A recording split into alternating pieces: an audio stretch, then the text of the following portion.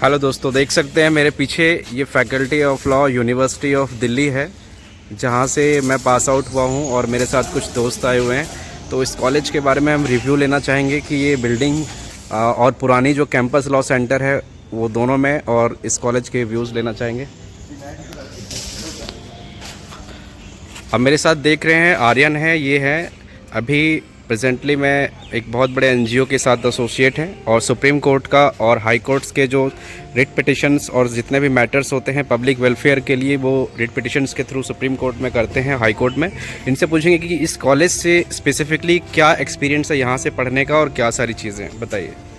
इस कॉलेज का तो बहुत इम्पोर्टेंस तो बहुत है, क्योंकि आपको ही पता है कि इंडिया के टॉप मोस्ट कॉलेज में तो ये आता ही है, क्योंकि प्रेस्टिजियस कॉलेज में तो दिल्ली का ये है ही। और इस कॉलेज से बहुत सारे यादें हैं, जैसे श्रीकांत भाई बताए कि हम लोग इसी कॉलेज से पास आउट हैं, तो इस यहाँ की तो बहुत सारी यादें हैं। और रही बात यहाँ की अचीवमेंट के बारे में, तो अगर आप दिल्ली यूनिवर्सिटी के वेबसाइट पे जाएं और देन अगर आप फाइंड आउट करेंगे तो आज के डेट में भी सुप्रीम कोर्ट के जितने जो टॉप मोस्ट जजेज हैं, 32 जो जजेज हैं, उसमें 10-12 तो अपने लॉ फैकल्टी से ही, जिसमें 2-3 तो एकदम सेम बैचमेट हैं। चंद्रचूड़ सर भी यहीं से पास आउट है, CLC से। तो इसकी अचीवमेंट, इसकी जो भी कामयाबी, जो सक्सेस रेट है, बहुत ही ज़्यादा है, इसमें कोई डाउट नहीं है। आर्यन भाई,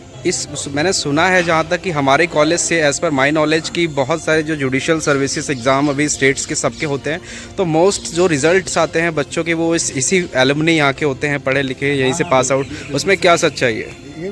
बात बिल्कुल सही है, क्योंकि यहाँ का जो माहौल है, जो भी लड़के आते हैं तो यहाँ के सबसे फर्स्ट जो भी आते हैं वो मैच्योर होते हैं, क्योंकि सारे ग्रेजुएट आते हैं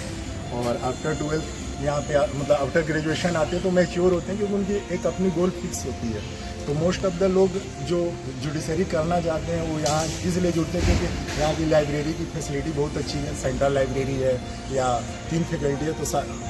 तीनों में अपनी बुक की कलेक्शन बहुत अच्छी है, यहाँ का माहौल बहुत अच्छा है। तो दैट्स द रीज़न कि यहाँ मतलब जो बच्चे हैं वो ज़्यादा जुडिशरी में जाना। अच्छा आर्यन भाई, अगर आपसे एक क्वेश्चन पूछूं कि कुछ बच्चों को जैसे कि लॉ करनी होती है तो सोचते हैं कि किसी भी कॉलेज से कर लो लॉ से क्या फ़र्क पड़ता है, तो उन लोगों के लिए मैं आपसे पूछना चाहता हूं कि क्या उन लोगों को इसी कॉलेज के लिए मतलब यहीं पे एडमिशन कराना चाहिए एंट्रेंस की तैयारी करके, कि दूसरे प्राइवेट कॉलेजेस से भी अपना लाइफ सेट कर सकते हैं? अगर आपके पास ऑप्शन नहीं है तो आप जा सकते हो